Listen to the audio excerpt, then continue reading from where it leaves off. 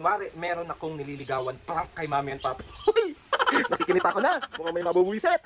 Nililigawan na nga ako. Yun nga yung pinakagusto kong sabihin sa'yo. May nililigawan na ako. Meron akong tatanong sa'yo kung ready ka na bang, ready ka na ba ulit na pumasok sa isang relasyon? Mukha bang may nagpapasaya sa akin? Oo, kasi blooming ka eh.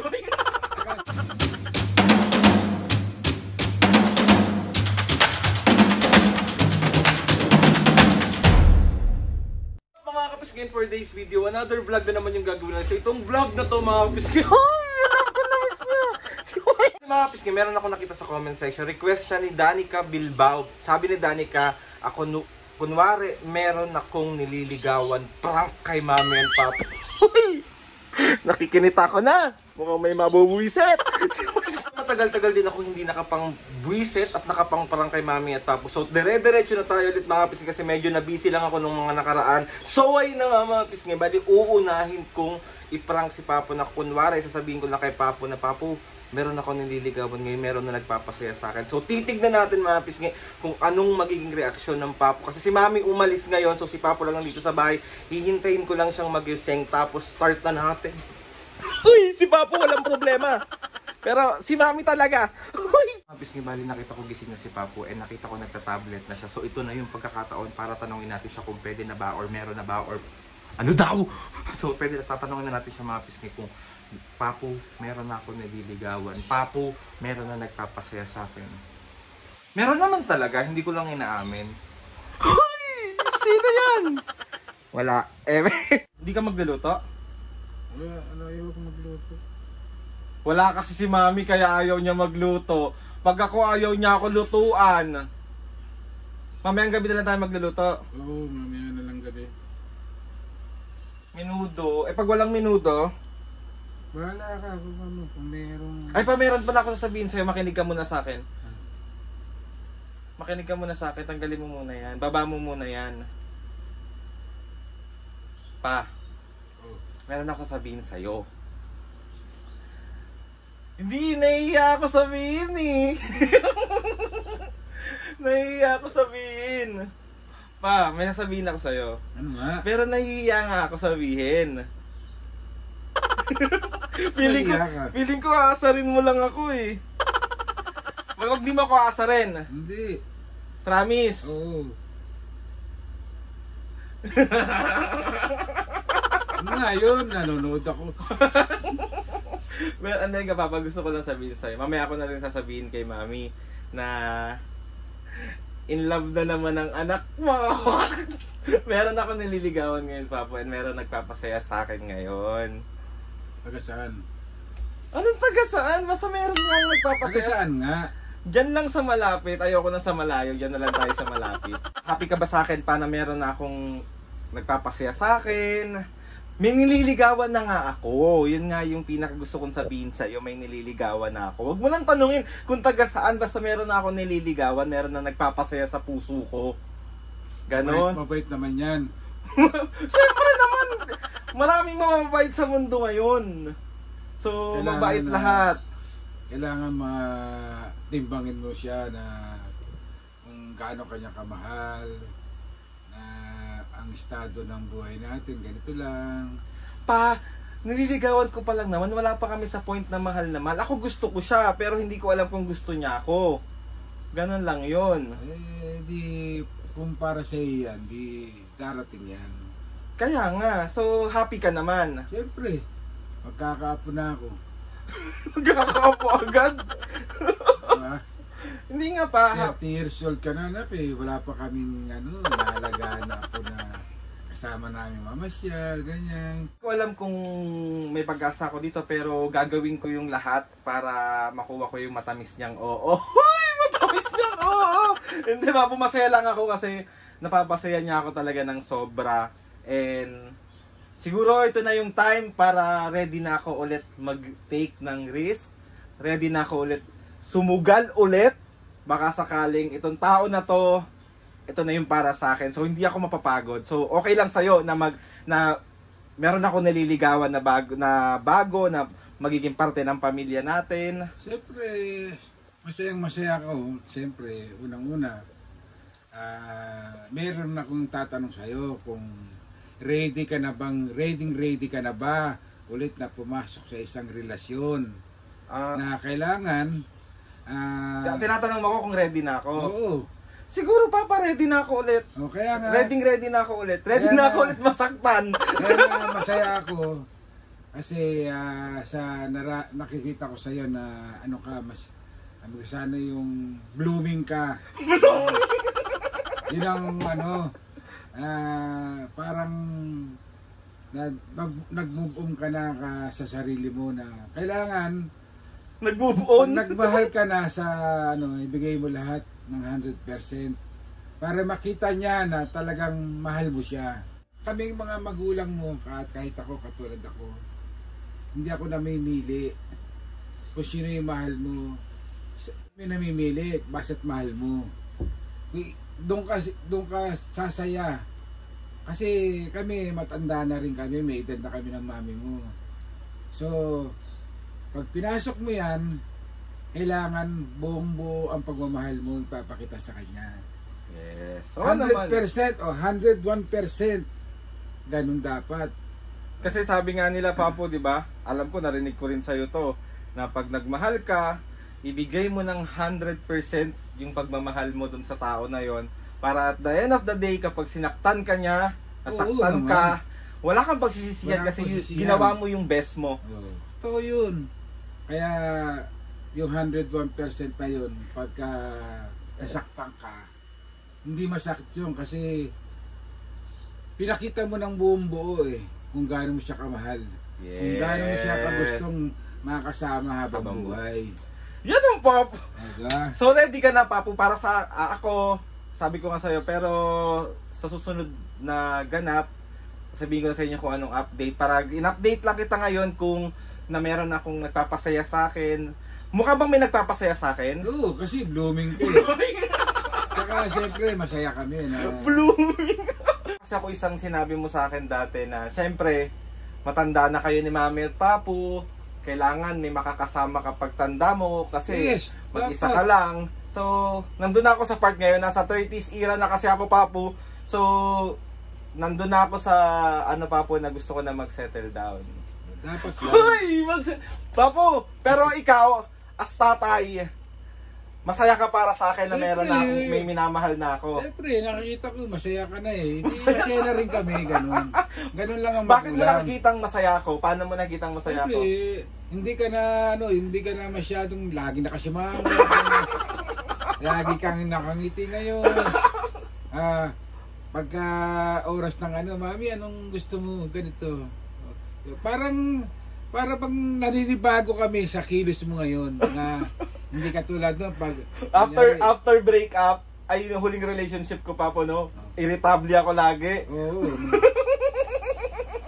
Sana siya na yung sagutin ka na niya sa pinakikitang pagmamahal sa kanya. Sana sagutin ka na niya para i-settle mo naman. Hindi naman kami nagmamadali na pero yun din ang punta no.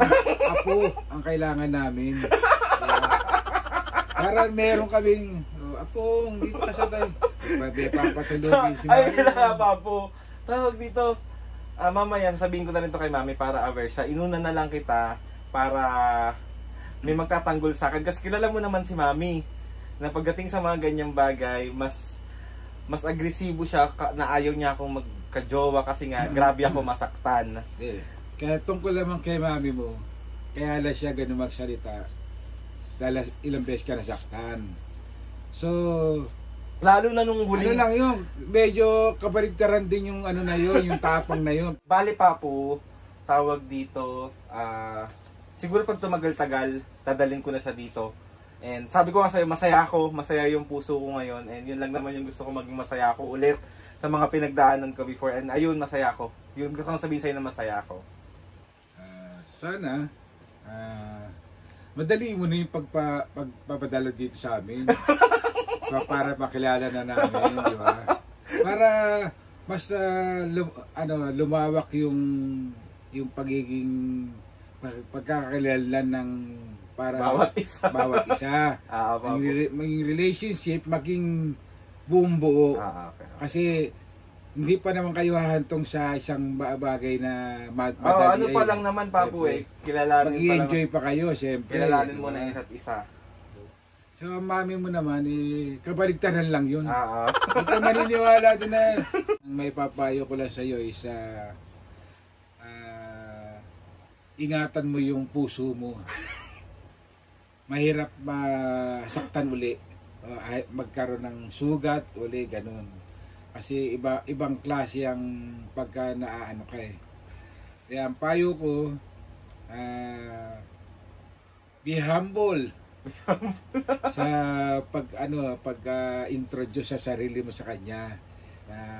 Pakita mo unang-una na tsaka na muna yung I love you, gano'n. Tsaka muna yun. Pakita ko muna na dapat sincere ako. Yun. Na gusto ko talaga siya. Yes. Gusto ko talaga siya i-pursue.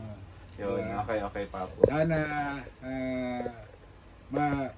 maibigay na sa'yo ni Lord yung tamang panahon na ngayon. Last is, ingatan mo yung puso mo kasi baligtad. Diba? Baligtad dyan, abnormal. Kaya baka ingatan mo. Naman, Papu, ingatan ko lagi yung kasi pag nasaktan ka, mas lalo kang masasaktan. Kaya, hindi, Papu, ngayon, lagi ko iingatan ko na ng sobra yung tawag dito, yung puso ko ng sobra. Dapat lang. Kaya, good luck. Naka-vlog ka eh. Kanina pa ito nandito eh. Narinig siya mga kabisgay kung gaano ka-supportive si Papu pagdating sa mga ganyang bagay. Si Mami lang naman ang walang suporta sa akin. Pero Papu, gusto ko lang sabihin na prank lang to. Wala ako, totoo na yan. Wala akong nililigawan, wala nagpapasaya sa akin. Ang nagpapasaya lang sa akin is kayo ni Mami. Sana merong... Papu, pero seryoso, blooming ako. Oo. Sana dapat may third party na. Ayoko muna, Papu. Sarado muna ang aking puso pagdating sa mga ganyang bagay.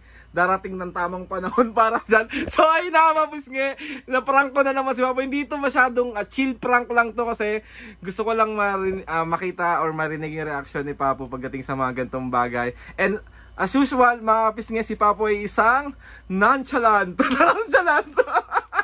Si Mami ang so ayun na nga mga bisnge. Papu, nabisnge sa sinasabi ni Papu kanina. Natama ako dun sa sa ingatan mo yung puso mo kasi baligtad yan. Pero baligtad nga kasi yun mga bisnge. Kasi na-diagnose ako na meron akong dextrocardia. So, ayun. Pero mabuti ako. So ayun na mga bisnge. Another successful prank na naman, Papu. Si Mami naman ang bubusitin ko mamaya kasi alam mo na magiging reaction. Kontra din ako. Pagka kumontra siya, kukontrahin mo siya. Babatukan ko. Kaganti tayo. Papu, thank you sa pagiging supportive na ama, pero wala, Papu. Wag muna tayo umasa. Tsaka na, magpapayaman muna ako. Kailangan kasi may inspiration ka. Papu, may inspirasyon ako. Lagi kong dinadasal kay Lord Jesus Nazareno na sana ibigay na yung tamang tao para sa iyo. Ayaw mo na ako makita masaktan ulit, Papu. Bakit? Apektado kami. Hindi ba, Pisnge, doble yung sakit na nararamdaman nila pag nasasaktan yung mga anak nila. So kayo din mga Pisnge, sa lahat ng mga nanay at tatay dyan, alam ko na doble yung sakit pag nakikita nyo nasasaktan yung mga mahal nyo sa bawat anak. Magmamahal pa lang, ibigay nyo yung full support nyo, ipakita nyo sa kanya yung pagmamahal na dapat na ibigay nyo sa kanila. Yun! Yun na nga mga Pisnge, bali. Papu, meron ka bang shoutout ngayon? Ang tagal mo hindi nag-shoutout. Ang tagal ni Mami, Papu. Nagugutom na ako. Bili ka na ng ulam. Tinamad na magluto. Okay, shout out. 3 page na naman ang dito na naman. Okay, shout out. Shout out kay Cristel Dayan Bangug ng Oman. Shout out po. Krisya ng Kuwait. Shout out. Gilien Salamanca Abadahos. Shout out! Family ng Cagayan de Oro. Shout out po! Mirasol Mendigoria. Shout out po! And MJ Garnase ng Las Piñas City. So, ayun na nga, shoutout mga pisgay. Mga pisgay sa mga gusto mong pa-shoutout dyan, comment down lang and tatry natin lahat i-shoutout yan. So, yun na mga pisgay, successful ang ating... Si Papu hindi naman kasi talaga ito mga pisgay mabubuisit ng mga ganong bagay kasi supportive to sa akin talaga pagdating sa mga gantong bagay. So, si Mami talaga ang pinaka. Pero Papu, ang ganda ng mga advice mo sa akin. Parang feeling ko talagang kailangan na. Charot! So ayun na mga pisngay, gusto ko magpasalamat kay Lord sa maraming blessing. Salamat sa mga ates and kuya, salamat sa lahat ng mga pisngay na sumusuporta simula umpisa hanggang ngayon. Sobra po kami nagpapasalamat sa inyo. And ayun na nga mami, mamaya ka sa akin, yari ka talaga. Please subscribe to my YouTube channel and click the notification bell para lagi kayong updated sa mga videos namin. Kapag meron kayong gustong i-suggest sa mga vlog, challenges, comment down below lang mga pisngay and tatry na lahat gawin yan. So, comment nyo lang sa akin, DM nyo lang sa akin yung mga prank para alam nyo na. So, ayun na mga pisngay. Papo, 1, 2, 3, go! Lord, bigay mo na sa kanya. Mga kapisngay, see you on our next vlog.